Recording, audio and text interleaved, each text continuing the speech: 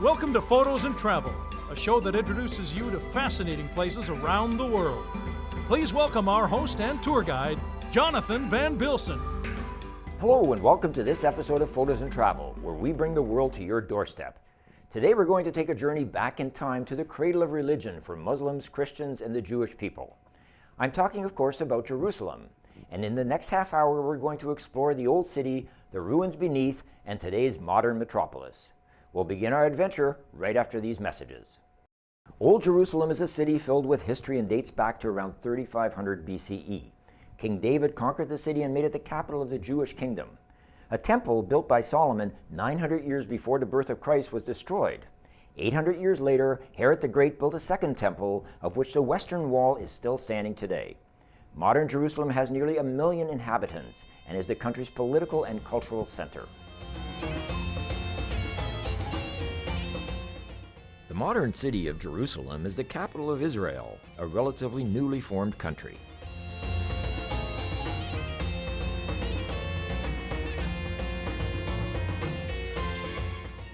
Jerusalem's history dates back 5,000 years when it was known as Gihon Spring.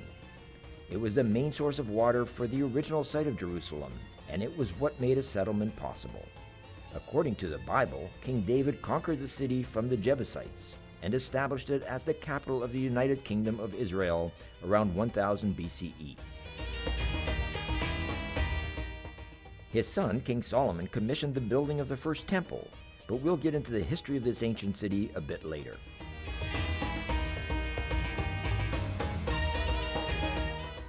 Being in the Middle East, an area which is constantly changing, Jerusalem has to focus on safety for its residents and tourists.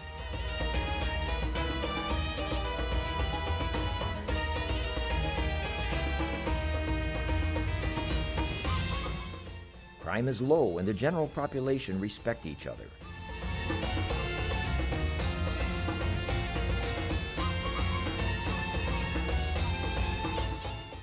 Cleanliness is also adhered to, and recycling bins are placed throughout the city.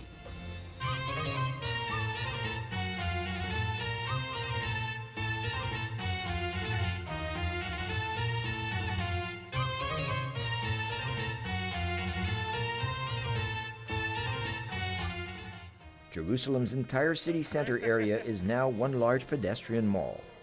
The city center's core is Ben Yehuda Street, a pedestrian street full of shops and restaurants.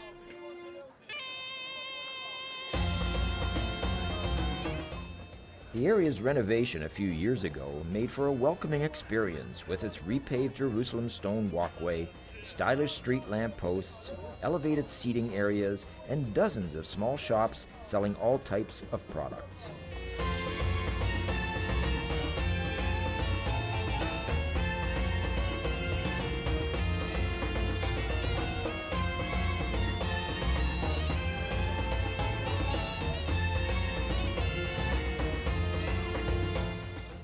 Mamilla Mall is an upscale shopping area and the only open-air mall in Jerusalem.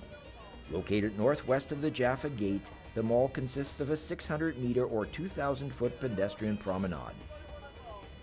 The promenade is lined with 140 stores, restaurants, and cafes, and sits atop a multi-story parking garage for 1,600 cars and buses, as well as a bus terminal.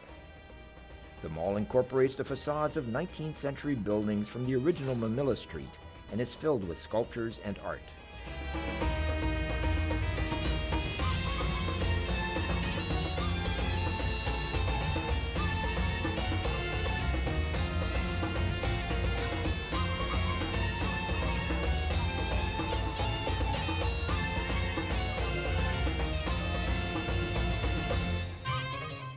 Of course, the biggest attraction in Jerusalem is the Old City, home to the Muslim, Christian, Jewish, and Armenian quarters. Surrounded by ancient walls, the Old City is home to holy sites such as the Western Wall, the Dome of the Rock Islamic Shrine, and the Church of the Holy Sepulchre, which dates to the 4th century. On the outskirts of the Old City is a modern cemetery located outside the city wall, a Hebrew tradition going back many centuries. It is traditional to bury the dead with their feet in the direction of Jerusalem.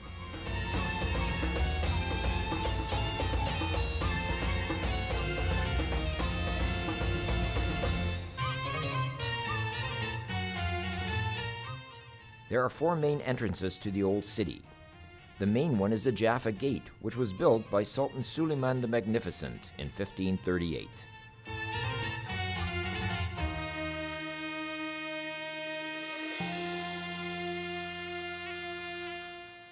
Entering the Old City of Jerusalem is like stepping back in time. Men carrying freshly baked bread walk amid tourists and shoppers who are enjoying the quaintness of the cobblestone streets.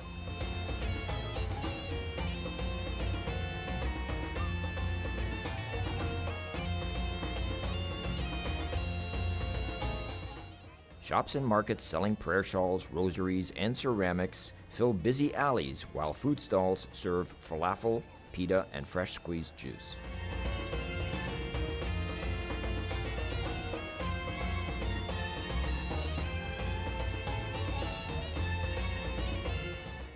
The Jewish Quarter is inhabited by around 2,000 residents and is home to numerous educational centers and synagogues. No one knows for certain how many synagogues there are in Jerusalem, but if you include every worship gathering, the number could top 1,000. Residents make daily trips to the market to pick up fresh bread and other groceries.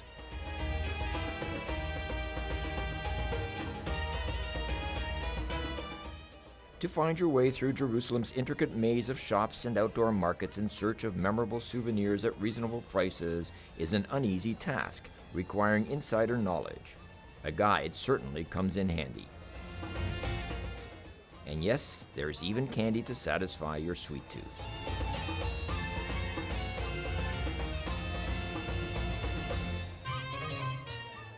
The entrance to the Muslim Quarter is heavily guarded. Once inside, it's very safe to wander around the narrow streets and enjoy the shops. While most residents of Jerusalem in the 19th century preferred to live near members of their own community, there were Muslims living in the Jewish Quarter and Jews living in the Muslim Quarter. Many Jews moved to the Muslim Quarter toward the end of the century due to intense overcrowding in the Jewish sector. The mosque, known as the Dome of the Rock, is an Islamic shrine initially completed in 692 CE.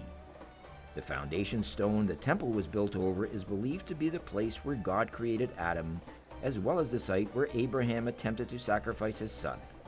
It is considered to be the place where God's divine presence is manifested more than in any other location. Consequently, Jews turn toward it during prayer. The site's great significance for Muslims derives from traditions connecting it to the creation of the world and the belief that Muhammad's night journey to heaven started from the rock at the center of the structure. In a bold move in 1967, Israel seized East Jerusalem along with the old city of Jerusalem from Jordan. While Israelis saw this as the reunification of their ancient capital, Palestinians still deem East Jerusalem to be occupied Arab land. At the base of the Western Wall, 5 steps dating back to King Herod's time lead visitors to an underground maze rich in religious history. The first temple of Jerusalem was built in 957 BCE by King Solomon. About 800 years later, King Herod built a second temple, the western wall of which is still standing today. Only a small portion of the original wall is visible, as the rest has been covered by Muslim houses. British researchers started excavating the Western Wall in the mid-19th century. Charles Wilson began the excavations in 1864 and came upon intricate arches and even baths such as this one. In ancient times, pilgrims visiting the Temple Mount had to first be purified by bathing in a ritual bath or mikveh. Even Jesus himself bathed in one of these mikvehs. After the Six-Day War, the Ministry of Religious Affairs of Israel began the excavations aimed at exposing the continuation of the Western Wall. The excavations lasted almost 20 years and revealed many previously unknown facts about the history and geography of the Temple Mount.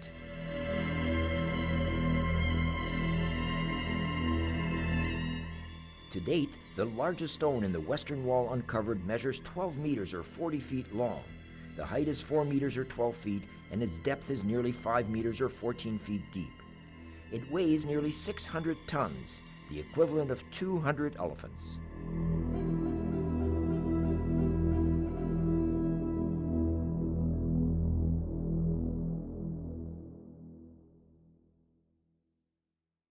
Walking along the tunnels, you come upon bedrock chiseled by masons to mimic the western wall above.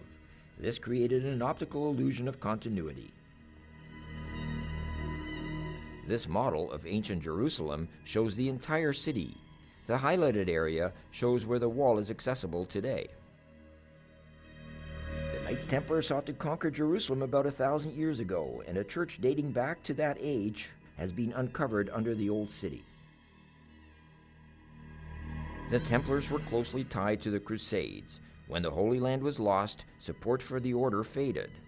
Rumors about the Templars' secret ceremonies and immense wealth created distrust, and King Philip IV of France, deeply in debt to the order, took advantage of this distrust to destroy them and erase his debt. The Western Wall, or Wailing Wall, was originally erected as part of the expansion of the Second Jewish Temple begun by Herod the Great.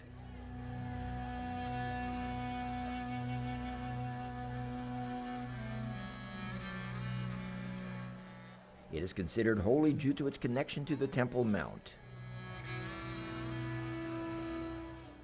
Due to entry restrictions, the wall is the holiest place where Jews are permitted to pray, though the holiest site in the Jewish faith lies behind it in the Muslim Quarter, under the Dome of the Rock.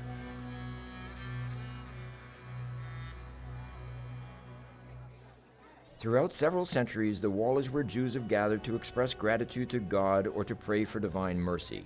There is a much publicized practice of placing slips of paper containing written prayers into the crevices of the wall. Twice a year, the notes are collected and buried on Jerusalem's Mount of Olives.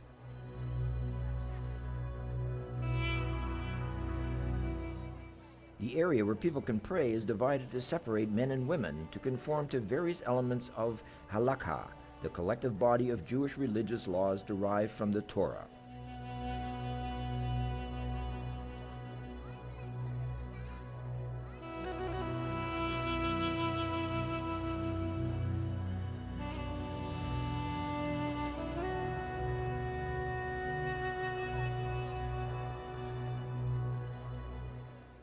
King David's tomb is a site considered by some to be the burial place of David, king of Israel, according to a tradition started in the 12th century.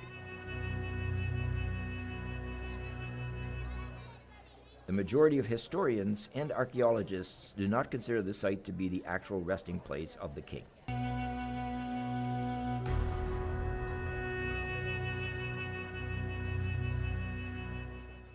Entry into the tomb again separates men from women. The history of Old Jerusalem is second to none, but we've only touched the surface as well as beneath. Along with the Jewish and Muslim faiths, Christianity has its roots in Jerusalem. And when we come back, we're going to explore the famous Garden of Gethsemane, the Armenian sector, and the Church of the Holy Sepulchre, and visit the area where it's believed Christ was crucified and buried. Welcome back. We're going to continue our trek of the religious quarter of the Holy City with a visit to the general location where Christ was crucified and buried. Although certain places have been marked as the actual locations where events took place, the accuracy is questionable. If you choose to believe, then you have the satisfaction of knowing you're in the general area where these events took place.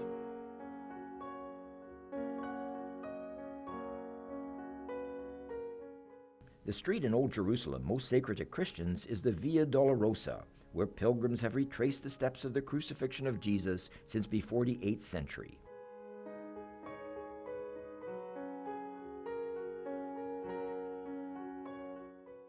The 14 Stations of the Cross, also known as the Way of Sorrows, refers to a series of events depicting Jesus Christ on the day of his crucifixion. The object of the stations is to help the Christian faithful to make a spiritual pilgrimage through contemplation of the Passion of Christ.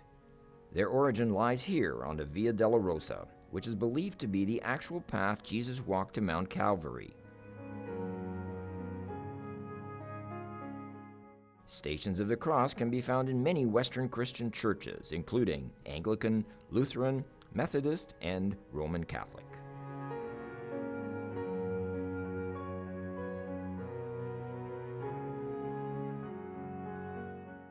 The route is established by tradition rather than archaeological evidence. It's about 3/4 of a kilometer long, and the final stations of the crucifixion and burial are within the Church of the Holy Sepulchre.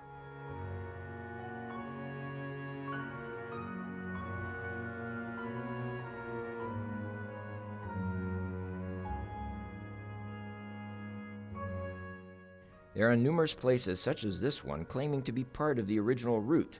However, none have ever been authenticated.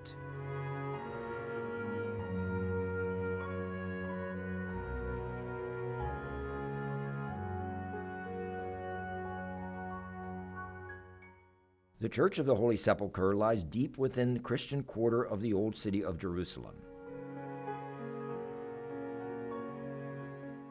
The entrance courtyard is always filled with worshippers wishing to enter.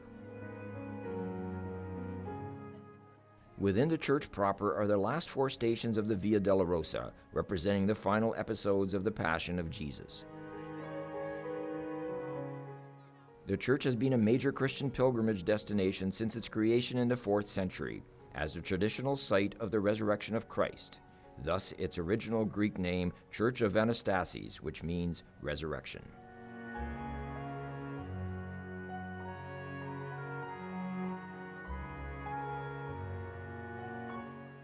During the time of the Crusades in the 11th and 12th century, the church was very sacred, and no crusader could complete his mission unless he first made a pilgrimage to the Holy Sepulchre.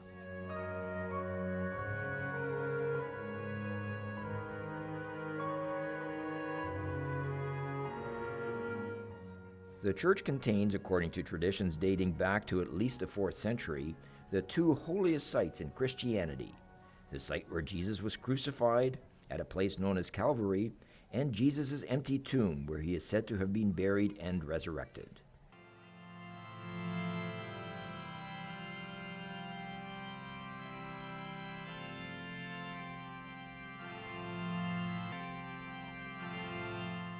The stone where Jesus was laid in preparation for his burial is accessible, although its authenticity is questioned by scholars.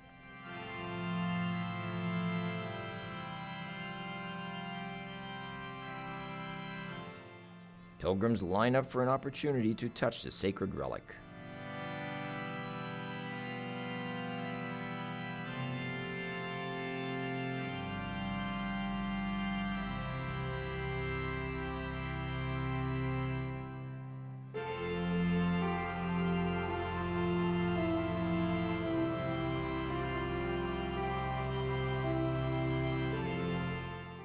After seeing a vision of a cross in the sky in 312 CE, Roman Emperor Constantine the Great converted to Christianity and legalized the religion.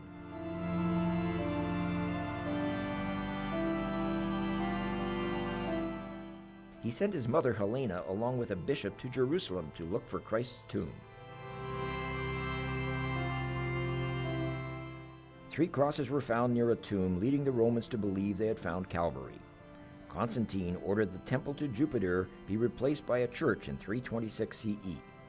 After the temple was torn down and its ruins excavated, the soil was removed from the cave, revealing a rock-cut tomb that was identified as the burial site of Jesus.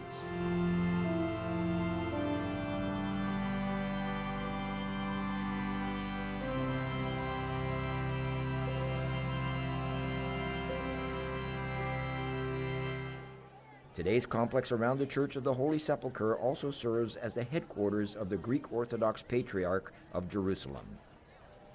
Control of the church itself is shared among several Christian denominations, including Roman Catholic, Greek Orthodox, and Armenian Apostolic.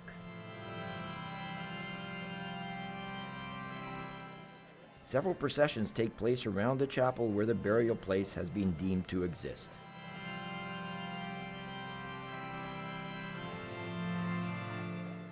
The church holds 8,000 visitors and stretches 600 meters or 2,000 feet, the distance from Mount Calvary to the burial chamber of Jesus. It is made primarily of stone and wood and has been rebuilt numerous times during the past 1,700 years. Daily processions encircle the tomb of Jesus and can last up to an hour. Various religious rituals are carried out by priests of different Christian denominations.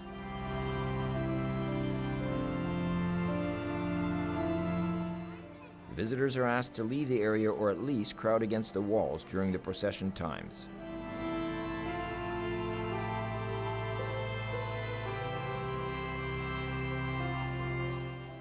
The rotunda under the larger of the two domes leads to the beautifully constructed opening which contains the Holy Sepulchre, the place where Christ's body lay. This area was reopened in 2017 after some extensive restoration work.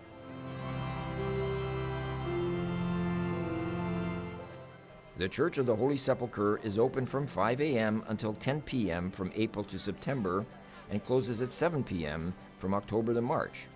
It receives about 3 million visitors each year.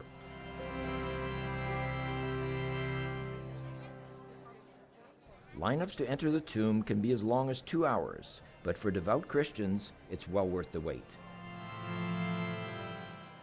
Unfortunately, there's no real order to the way people line up, and sometimes chaos prevails in people's efforts to visit this holiest of sites.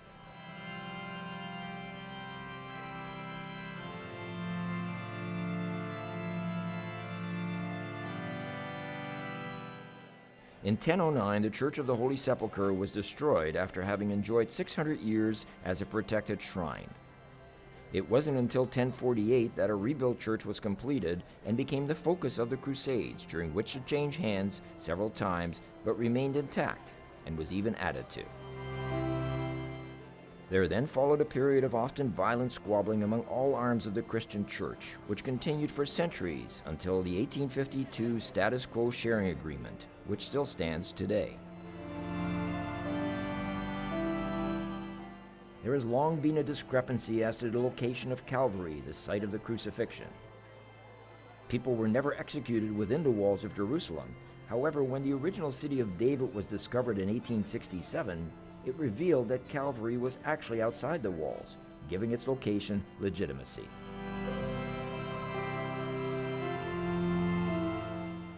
Christian worshippers kneel and pray over the site where the crucifixion is said to have taken place.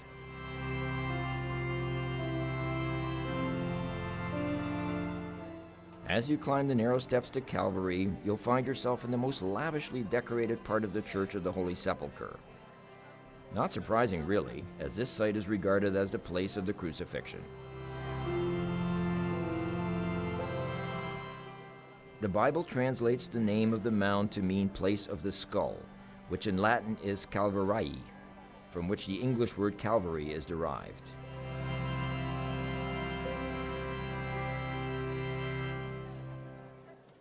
The Armenian presence in Jerusalem dates back to the 4th century CE, when Armenia adopted Christianity as a national religion and Armenian monks settled in Jerusalem. Hence, it is considered the oldest living community outside the Armenian homeland. By 1948, the Armenian population in Jerusalem at its peak numbered about 16,000. Currently, about 1,000 Armenians live in the Armenian Quarter. Gradually, the quarter developed around the St. James Monastery, which dominates the sector. The monastery houses the Armenian Apostolic Church's Jerusalem Patriarch, which was established as a diocese in the 7th century CE.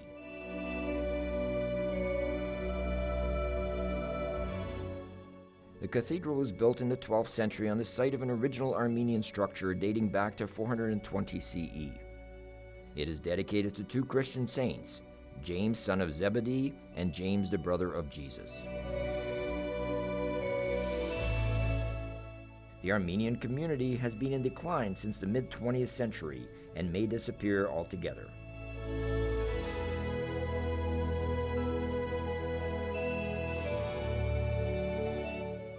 According to Armenian tradition, within the church are buried the head of St. James the Great and the body of St. James the Less.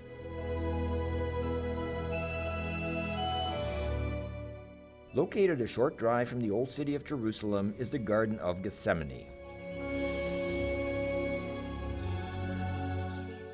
Gethsemane was a garden at the foot of the Mount of Olives, where, according to the four Gospels of the New Testament, Jesus underwent the agony in the garden and was arrested the night before his crucifixion.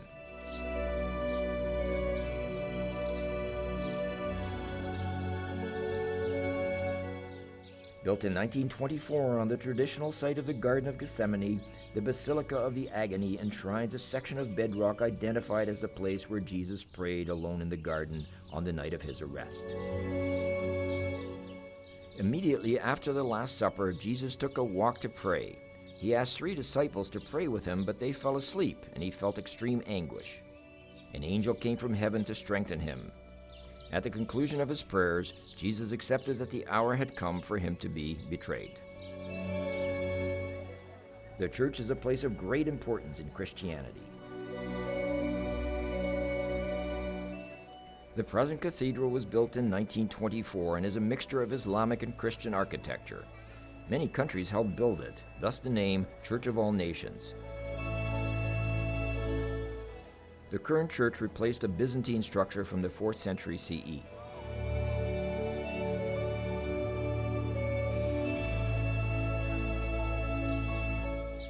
There are several small olive groves on church property, all adjacent to each other, and identified as part of the biblical Gethsemane. Gethsemane comes from the word Gat Sheman in Hebrew, which means olive press. Of course, this is due to the many natural growing olive trees in the area. In 2012, carbon dating revealed some of the trees in the garden date back more than 1,000 years. Provided with the appropriate growing conditions, an olive tree can survive in relative neglect for hundreds of years. While olive trees may live to be as old as 1,500 years, the average lifespan is about 500 years.